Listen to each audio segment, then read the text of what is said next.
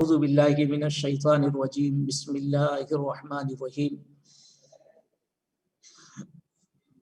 فمن الناس من يقول ربنا آتنا في الدنيا وما له في الآخرة من خلاق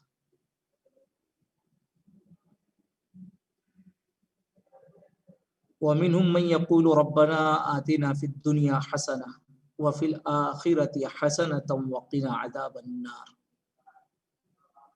اولئک لهم نصیب مما کسبوا واللہ سریع الحساب۔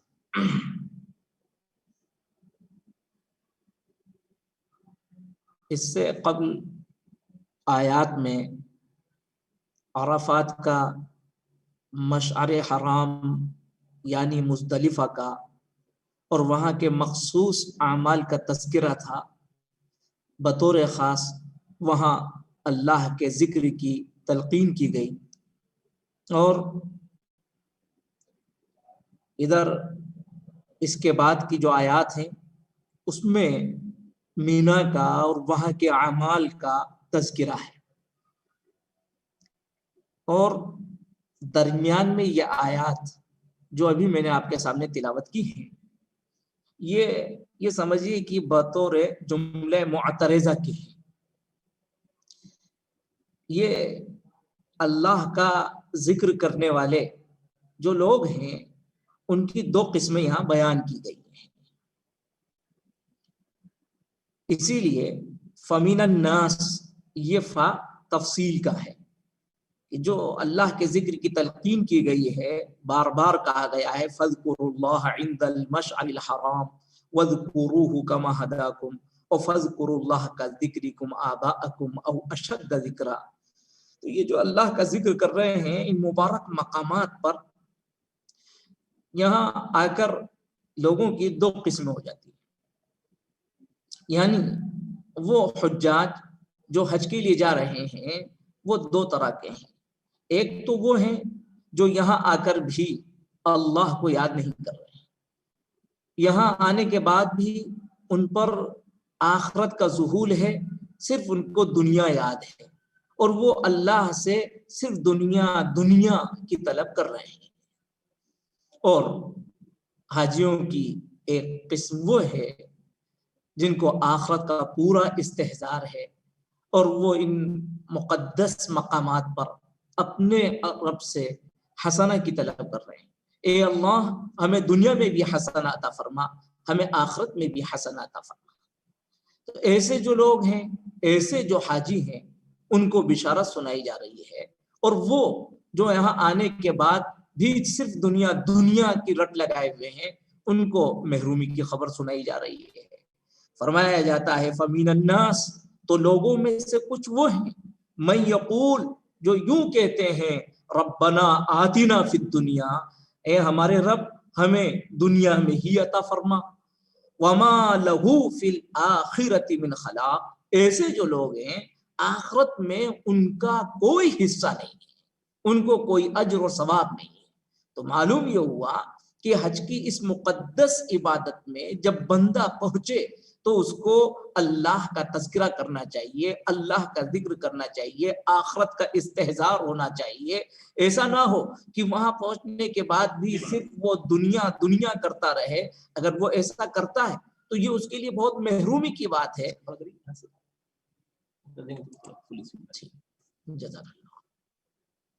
اگر وہ یہاں آنے کے بعد بھی صرف دنیا طلبی کرتا ہے اور دنیا ہی کو یاد رکھتا ہے تو پھر ایسے انسان کا آخرت میں کوئی حصہ نہیں ہے۔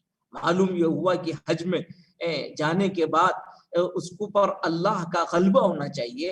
حج در حقیقت جیسا آیات سے آپ نے یہ اندازہ لگایا، اور یہ آیات اس بات کی واضح اشارہ کر رہی ہیں کہ حج میں اللہ کا ذکر کثرت سے ہونا چاہیے، بندے مومن پر عشق الہی غالب ہونا چاہیے، بس وہ اللہ کا دھیان، اللہ کا خیال ہمیشہ اس کے اوپر رہنا چاہیے۔ یہی حج کی اصل روح ہے، اور اگر انسان یہ نہیں کرتا ہے تو اس کا ظاہر ہے کہ وہ حج روح سے خالی ہوگا، وہ ایک لاشا ہوگا، ایک بے روح جثہ ہوگا جس کی کوئی حیثیت نہیں ہے۔ یہاں اس کی تلقین کی گئی. اور پھر اس کے بعد اللہ کے وہ بندے جو یہاں آنے کے بعد اللہ کو یاد رکھتے ہیں, اللہ سے حسنہ طلب کرتے ہیں, ان کی تعریف کی جاتی ہے. وَمِنْهُمْ مَنْ يَقُولُ, اور ان میں کچھ ایسے ہیں جو یوں کہتے ہیں, اے ہمارے رب, ربنا آتنا فی الدنیا حسنہ, ہمیں دنیا میں حسنہ یعنی بہتری عطا فرما, وفی الآخرۃ حسنہ, اور آخرت میں بھی بہتری عطا فرما, وقنا عذاب النار, اور ہمیں دوزخ کے عذاب سے بچائیے, آگ کے عذاب سے ہمیں بچائیے. جن پر یہ فکر غالب رہتی ہے, جو اللہ سے حسنہ, حسنہ کا مطلب یہ ہے کہ بہتری, یعنی وہ بہتری کا مطلب یہ ہے کہ وہ زندگی آپ ہمیں عطا فرمائیے جو آپ کے نزدیک محبوب ہے, آپ کی پسندیدہ زندگی ہے, اور یقیناً وہ زندگی اعمال والی زندگی ہے. تو دنیا میں وہ حسنہ طلب کرتے ہیں, یعنی دنیا میں اعمال والی زندگی طلب کرتے ہیں, ایسے اسباب و وسائل کا وہ اللہ سے مطالبہ کرتے ہیں, اللہ سے دعا کرتے ہیں جو ان کو اعمال پر راغب کریں, ان کے اعمال میں معاون ہو, ممد ہو, اور آخرت کے اندر اللہ کے اجر, اللہ کی رضا اور اس کی خوشنودی کا وہ مطالبہ کرتے ہیں. ایسے لوگوں کے بارے میں جو آخرت کو یاد رکھتے ہیں, اولئک لہم نصیب مما کسبوا, اللہ کی طرف سے ان کو بشارت سنائی جا رہی ہے, یہی وہ لوگ ہیں اولئک لہم نصیب, جن کے لیے نصیب پر تنوین تعظیم کی ہے, لہم نصیب عظیم, جن کے لیے بڑا حصہ ہے, مما کسبوا, مما کسبوا کا مطلب مما عملوا, جو کچھ انہوں نے عمل کیا ہے, یعنی انہوں نے جو عمل کیا دنیا میں بھی حسنہ کا مطالبہ اللہ سے کیا, آخرت میں بھی اللہ سے حسنہ کا مطالبہ کیا, اللہ کو یاد رکھا, اللہ کے عشق میں رنگے رہے, تو ایسے لوگوں کے لیے بڑا حصہ ہے. واللہ سریع الحساب, اور اللہ جلد ہی حساب لینے والا ہے, حساب چکانے والا ہے. اور ظاہر ہے کہ اللہ کی طرف سے یہ حساب چکایا جائے گا, اللہ کی طرف سے یہ حساب لیا جائے گا قیامت میں, اور قیامت کوئی دور نہیں ہے, قیامت بالکل قریب ہے. وَاذْكُرُوا اللَّهَ فِي أَيَّامٍ مَّعْدُودَاتٍ, پھر اس کے بعد اب مینا کا تذکرہ ہوتا ہے, اور ظاہر ہے کہ حجاج مشعر حرام کے بعد پھر وہ مینا آ جاتے ہیں, اور مینا میں آ کر وہ قربانی کرتے ہیں, اور پھر اس کے بعد رمی جمرات ہوتا ہے, تو اس کا تذکرہ کیا جاتا ہے. وَاذْكُرُوا اللَّهَ, اور اللہ کا ذکر کرو, فی ایام معدودات, چند دنوں تک, اور یہ چند دن ظاہر ہے کہ 10, 11, 12 یا 13 ذی الحجہ کے ایام ہیں. یہاں اللہ کا ذکر کرو, اور اللہ کا ذکر کرنے کا سب سے بڑا اشارہ یہاں آ کر تم قربانی کرو, یہاں آ کر رمی جمرات کیے جائیں, اور پھر اس کے بعد ظاہر کی تمام فرائض اور واجبات وہ تو ادا کیے جائیں گے, اور جتنا ہو سکتا ہے اللہ کا ذکر کثرت سے کرو. تو وَاذْكُرُوا اللَّهَ فِي أَيَّامٍ مَّعْدُودَاتٍ فَمَن تَعَجَّلَ فِي يَوْمَيْنِ فَلَا إِثْمَ عَلَيْهِ وَمَن تَأَخَّرَ فَلَا إِثْمَ عَلَيْهِ. یہاں مینا میں آنے کے بعد حجاج 10 تاریخ کو, 11 کو, 12 کو رمی جمرات کرتے ہیں. یہاں 3 دن تک عمومی طور سے رکا جاتا ہے, اور اگر کوئی 12 کو نہ جا سکا تو 13 ذی الحجہ کو وہ رک سکتا ہے, اور اس دن بھی وہ رمی جمرات کر زوال کے بعد یہاں سے روانہ ہو سکتا ہے. تو یہ اس کے سلسلے میں فرمایا فمن تعجل فی یومین, تو جس نے تعجیل کی 2 دن میں, یعنی 10 کو تو وہ پہنچ گیا ہے, 11 اور 12 کو اس نے رمی جمرات کیا, وہ یہاں 2 دن رکا, اور اس کے بعد وہ مکہ مکرمہ آ جاتا ہے, فلا اسم علیہ, تو اس پر کوئی گناہ نہیں ہے. ومن تأخر, اور جس نے تاخیر کی, یعنی وہ 13 ذی الحجہ کو تک رک گیا, فلا اسم علیہ, تو اس پر بھی کوئی گناہ نہیں ہے, ایسا وہ کر سکتا ہے. لمن اتقا, اور یہ تمام احکام جو اوپر سے یہاں تک بیان کیے گئے ان کے متعلق فرمایا, یعنی هذه الامور لمن اتقا, یہ تمام امور, یہ تمام احکام ان لوگوں کے لیے ہیں جو ڈرنے والے ہیں. اور پھر تلقین کی گئی واتقوا اللہ, اللہ سے ڈرو, وَاعْلَمُوا أَنَّكُمْ إِلَيْهِ تُحْشَرُونَ, اور اس بات کو یاد رکھو, یعنی یہ بات مستحضر رہے, انکم الیہ تحشرون, تم اسی کے پاس جمع کیے جاؤ گے. ظاہر ہے کہ یہ اس کا انسان کو استحضار رہے کہ مجھے اللہ کے حضور حاضر ہونا ہے, تو وہ اللہ سے ڈرے گا. اور یہ اس بات کا جتنا ذہول ہو جاتا ہے اتنی ہی تقوی الہی میں کمی ہو جاتی ہے۔ وَمِنَ النَّاسِ مَن يُعْجِبُكَ قَوْلُهُ فِي الْحَيَاةِ الدُّنْيَا وَيُشْهِدُ اللَّهَ عَلَى مَا فِي قَلْبِهِ وَهُوَ أَلَدُّ الْخِصَامِ۔ اب یہاں ایک اللہ کے نافرمان بندے اور اللہ کے مطیع اور فرما بردار بندے کے عادات، اس کے اطوار کو اور نمایاں کر کے بیان کیا جا رہا ہے، جن کا ایک اجمالی تذکرہ جیسے ابھی آیا کہ حجاج دو طرح کے ہوتے ہیں۔ ایک تو وہ ہیں جن پر صرف دنیا غالب رہتی ہے، آخرت کا ان کو خیال نہیں ہوتا، اور ایک وہ ہیں جو دنیا کے ساتھ آخرت کو بھی یاد رکھتے ہیں۔ تو اب اسی طبقے کی یہاں مزید وضاحت کی جا رہی ہے، اور یوں سمجھیے کہ وہ انسان جو ایک مادی انسان ہے، اس مادی انسان کا دوسرا نام منافق ہے۔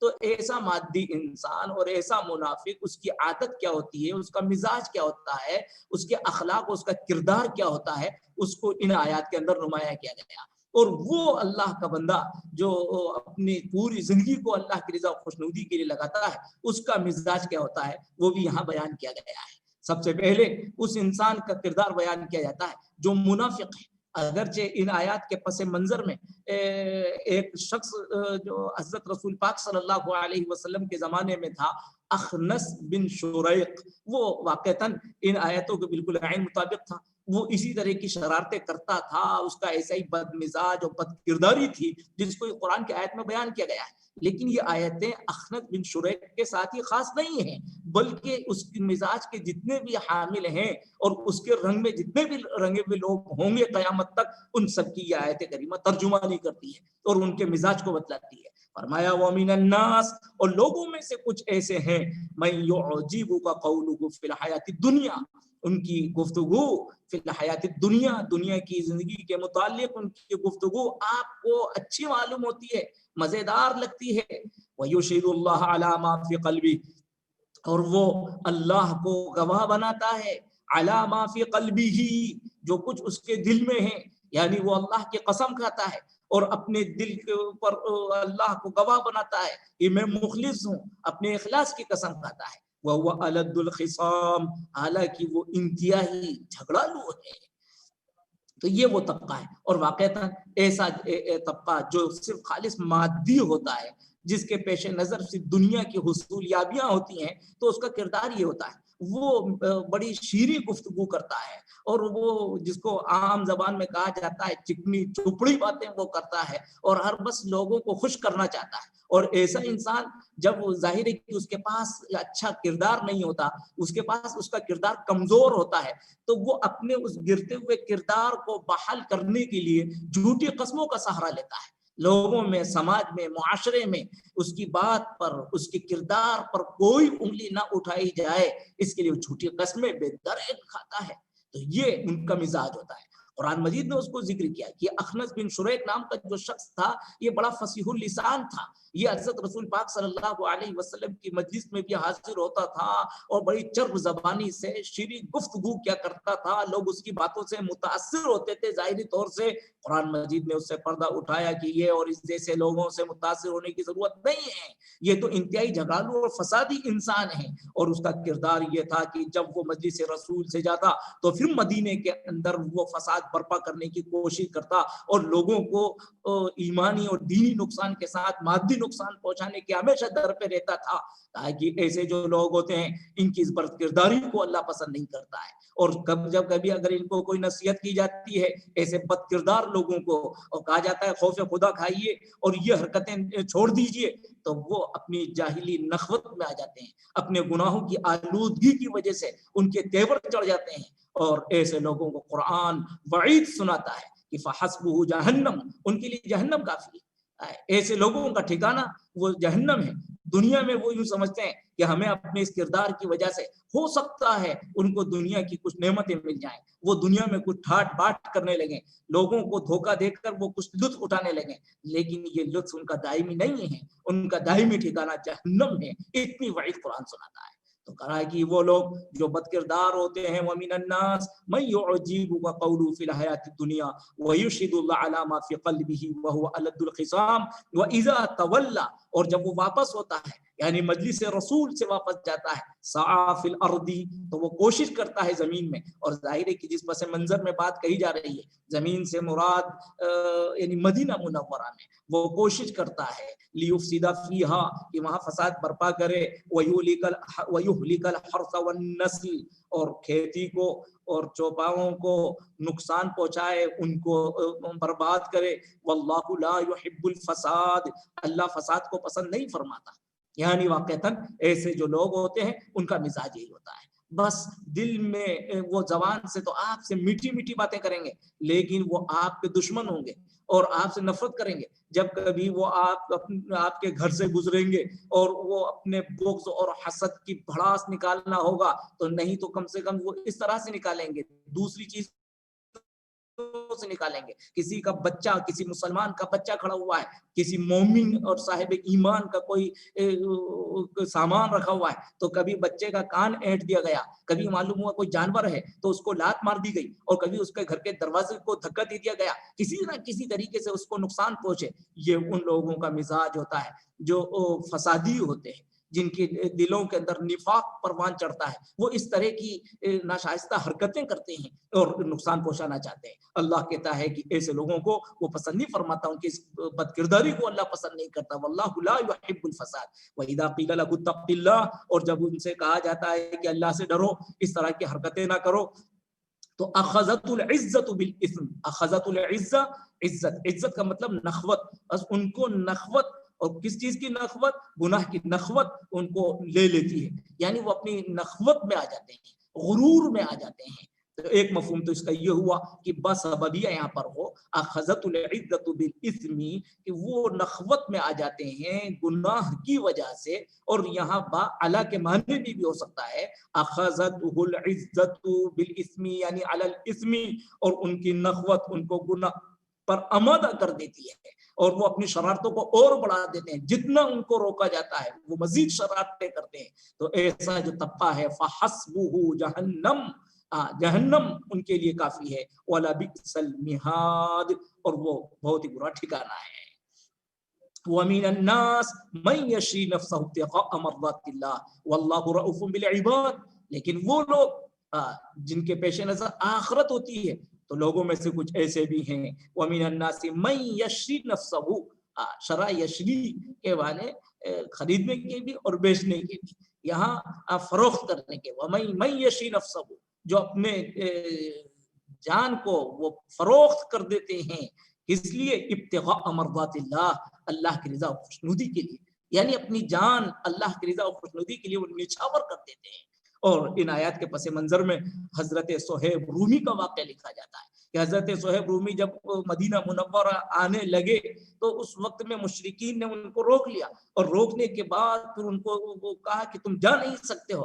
حضرت صہیب رومی ظاہر ہے کہ وہ اپنی پیرانہ سالی کی طرف بڑھ رہے تھے. اس موقع سے انہوں نے مشرکین سے کہا کہ دیکھو میں تو یہاں رکتا ہوں تو تمہیں کوئی فائدہ نہیں پہنچا سکتا، اور اگر میں ہجرت بھی کر جاؤں تو تمہیں میں کوئی نقصان نہیں پہنچا سکتا. بہرحال میرا مال جو کچھ ہے تم اس کو لے لو لیکن مجھے مدینہ منورہ جانے دو. اور اس طرح سے مشرکین ان کے مال کو لینے پر راضی ہو گئے، ان کا راستہ چھوڑ دیا. اور جب آپ مدینہ پہنچتے ہیں تو حضرت رسول پاک صلی اللہ علیہ وسلم ان کا استقبال فرماتے ہیں، اور ربح البیع یا ابا یحییٰ کہہ کر ان کا استقبال فرماتے ہیں. کیا بہترین تمہاری یہ خرید و فروخت رہی، کیا بہترین تمہاری تجارت رہی اے ابو یحییٰ، ان کی کنیت تھی، یہ کہہ کر ان کا استقبال کیا گیا. تو ایسے لوگ ہیں جو جن کے نزدیک آخرت جن کی مقصود ہے، وہ تو ایسے ہیں کہ اللہ کی رضا و خوشنودی کے لیے اپنا آپ کو فروخت کر دیتے ہیں، اپنا آپ کا وہ دام لگا دیتے ہیں. واللہ رؤوف بالعباد، اور اللہ اپنے بندوں پر انتہائی شفیق ہے. یا ایھا الذین آمنوا ادخلوا فی السلم کافہ ولا تتبعوا خطوات الشیطان انہ لکم عدو مبین. اب سارے مسلمانوں کو خطاب کر کر یہ بات کہی جا رہی ہے، اے ایمان والو اسلام میں داخل ہو جاؤ، سب کے سب داخل ہو جاؤ. کافہ، کافہ کا مطلب جمیعاً، سب داخل ہو جائیں. اے ایمان والوں سب اسلام کے اندر داخل ہو جاؤ. یہ کافہ حال ہو رہا ہے، ادخلو کی جو ضمیر ہے اس سے حال ہے.